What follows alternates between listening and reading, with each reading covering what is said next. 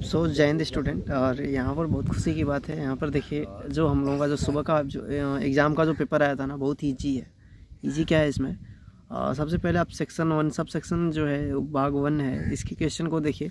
बिल्कुल हूबहू ज्यों का त्यों आया हुआ है। बस आपसे केवल ये पूछा है किसी लेंस से वस्तु का प्रतिबिंब आभासी, सीधा और छोटा बनता है। तो बस इतना छोटा सा प्रश्न और आसान सा, उम्मीद नहीं की जा सकती है। और 19 नंबर में भी आप देख सकते हैं कौन सा किस प्रकार का पेपर आसान है। प्राकृतिक पारतंत्र आपसे केवल नेचुरल इकोसिस्टम की बात कर रहा है। और 20वें नंबर में आप देखिए कि आहार श्रृंखला में भी बता रहा है, आहार श्रृंखला से संबंधित है। और आपसे केवल इतना पूछ रखा है आहार श्रृंखला में उत्पादक कौन होता है। तो आपको भी पता है सोपोसी पौधे होते हैं, हरे पौधे और हरित क्रांति। इसके अतिरिक्त आप अगर भाग 1 में ही देखेंगे तो यहाँ पर दृष्टि दोष आपसे डिफेक्ट्स ऑफ द विजन पूछ रखा है। इससे आसान क्या हो सकता है। और दृष्टि दोष में 3 कंडीशन दे रखा है और आपको उसके नाम लिखने हैं कि PQR, एक निकट की देखता है दूर की नहीं, एक दूर की देखता है निकट की नहीं, एक है जो नज़दीक की देखता है नहीं दूर की। तो इसमें क्या डिफरेंस है, आपको कौन नाम लिखना है, निकट दृष्टि, दूर दृष्टि और तो जरा दृष्टि दोष।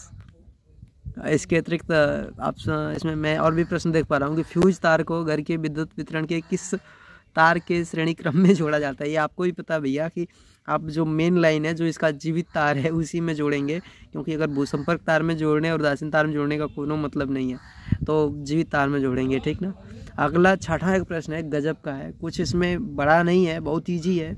ईजी क्या है, आप देखो, यदि शक्ति कार्य तथा समय के मात्रक क्रमशः x1 x2 x3 से प्रदर्शित किए जाएँ तो निम्न में से कौन सा संबंध सही है। आपको भी पता है कि कार्य बराबर में क्या होता है, सामर्थ्य गुणा में समय होता है। तो कार्य को x2 से दिखाया जा रहा है और सामर्थ्य को x1 से और समय को x3 से, तो x2 बराबर x1 इंटू में x3 आ जाएगा। अगला है, एक चालक में 10 एम्पीयर की धारा प्रवाहित होती है तो 2 सेकेंड में प्रवाहित होने वाले आवेश की मात्रा। फार्मूला अगर याद रखे हो कि Q बराबर में IT, तो बहुत ही ईजी है। इसके अतिरिक्त और कुछ भी नहीं है इसमें। अगले प्रश्न को देखते हैं कि गोली दर्पण की वक्रता केंद्र और ध्रुव के बीच की दूरी 20 सेंटीमीटर। भैया देखो, वक्रता केंद्र और ध्रुव के बीच की दूरी कौन सी होती है, अगर आपको याद हो तब।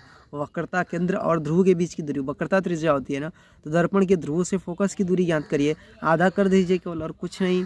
इतना तो आसान है, 1 नंबर मिल गया बिना सोचे समझे। प्रकाश की किस घटना कारण आकाश नीला दिखाई देता है। प्रकीर्णन पूरा 17 से शुरुआत से पढ़ते आ रहे हो, रटते आ रहे हो, कोई दिक्कत नहीं हुई होगी।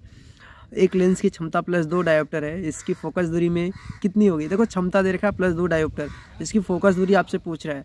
2 है ना, तो F = 1/, में P करेंगे, जब आप उसको डिवाइड करेंगे तो कितना हो जाएगा, 50 सेंटीमीटर आ जाएगा ना। सॉरी, सेंटीमीटर में पूछा है तो वहाँ 50 सेंटीमीटर आ जाएगा। अगला जो है आपका प्लस दिया है तो प्लस तो लगाएंगे ही।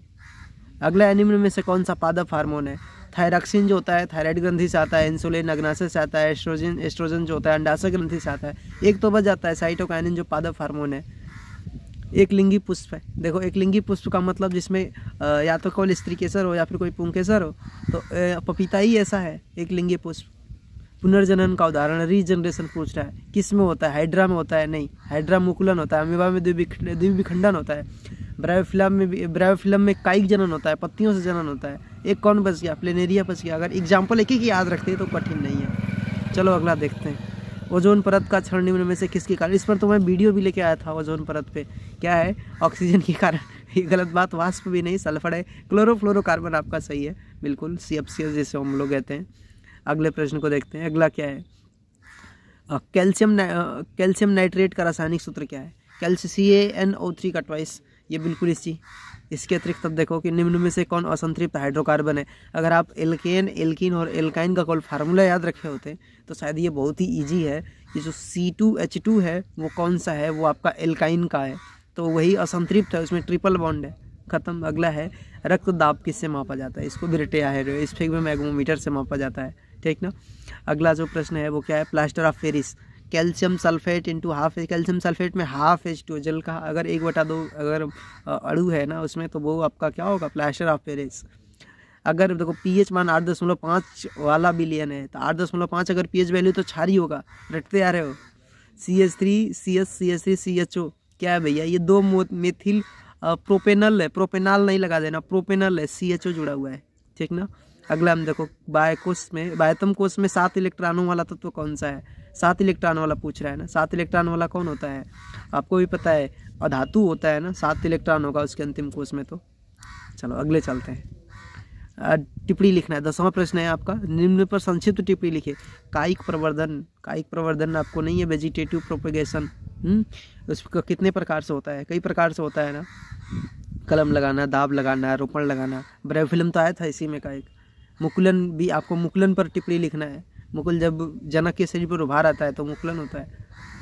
अगला है मानव मस्तिष्क की रचना क्रियाविधि का संक्षिप्त वर्णन करिए। यह भी बहुत ईजी है कि इसमें आपको क्या बताना है, मानव मस्तिष्क की रचना बताना है, कितना उसका भाग होता है, किस प्रकार से वर्क करता है, इसकी क्रियाविधि बताना है। थोड़ा सा न्यूरॉन के बारे में आप लिखेंगे।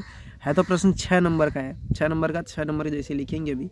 रचना में बताएंगे कि इसमें कौन कौन से भाग होते हैं, कौन से भाग का क्या कार्य होता है, आप संक्षेप में लिख सकते हैं। और क्रियाविधि को भी लिखना है कैसे होता है, जैसे आप प्रतिवर्ती चाप वगैरह प्रतिक्रिया का उदाहरण बताएंगे उसमें, तो उसका जो हो जाएगा। अगर वो नहीं आ रहा है तो नीचे वाले लिख दीजिए। पारितंत्र में ऊर्जा प्रवाह का सचित्र वर्णन करिए। अब ऊर्जा प्रवाह में आप पिरामिड वगैरह बना करके बताएंगे उसमें कि कौन उत्पादक है, उपभोक्ता है, प्राथमिक उपभोक्ता, द्वितीयक है, तृतीयक है, अपघटक है, कौन है, आप उसको लिखेंगे। अगला देखो 7वां प्रश्न, निम्न पर संक्षिप्त टिप्पणी लिखिए। पीएच मान पर आपको टिप्पणी लिखने को बोल रहा है। पीएच मान पर आप टिप्पणी क्या भैया लिख सकते हो। पीएच मान हाइड्रोजन आयन की तो सांद्रता होती है। अगला ऑक्सीकरण अभिक्रिया। अगर विकृत गंधिता याद हो ना तो ऑक्सीकरण में हम कुछ भी नहीं कहेंगे कि विकृत गंधिता में अगर दे रखा है तब। ऑक्सीकरण क्या है, जब ऑक्सीजन योग होता है, हाइड्रोजन का ह्रास होता है तो वो ऑक्सीकरण है। आपको उस पर टिप्पणी लिखना है। क्या करेंगे, 2 नंबर का है, डिफिनीशन लिख देंगे, इसकी रिएक्शन 1-2 दिखा देंगे। दहन अभिक्रिया, ऑक्सीजन से रिएक्ट करा दीजिए। ब्लीचिंग पाउडर का जल शोधन में उपयोग लिखिए। ब्लीचिंग पाउडर को जल के शोधन में उपयोग करते हैं, कैसे लिखेंगे आप। अब इधर प्लास्टर ऑफ पेरिस से रासायनिक समीकरण प्राप्त, भैया गर्म कर दो ना सीधे सीधे, अरे जल के साथ उसको गर्म कर दो ना, हो जाएगा। संक्षारण आप बता ही सकते हो। अब इसमें ओजोन परत देखो, इस पर मैं वीडियो लेके आया था, और खाद्य श्रृंखला और खाद्य जाल पर भी लेके आया था। इतना आसान तो नहीं हो सकता पेपर अब आपका, बाकी आप प्रश्न देख लेना। अब मिलते हैं कभी नेक्स्ट वीडियो में, तो जय हिंद।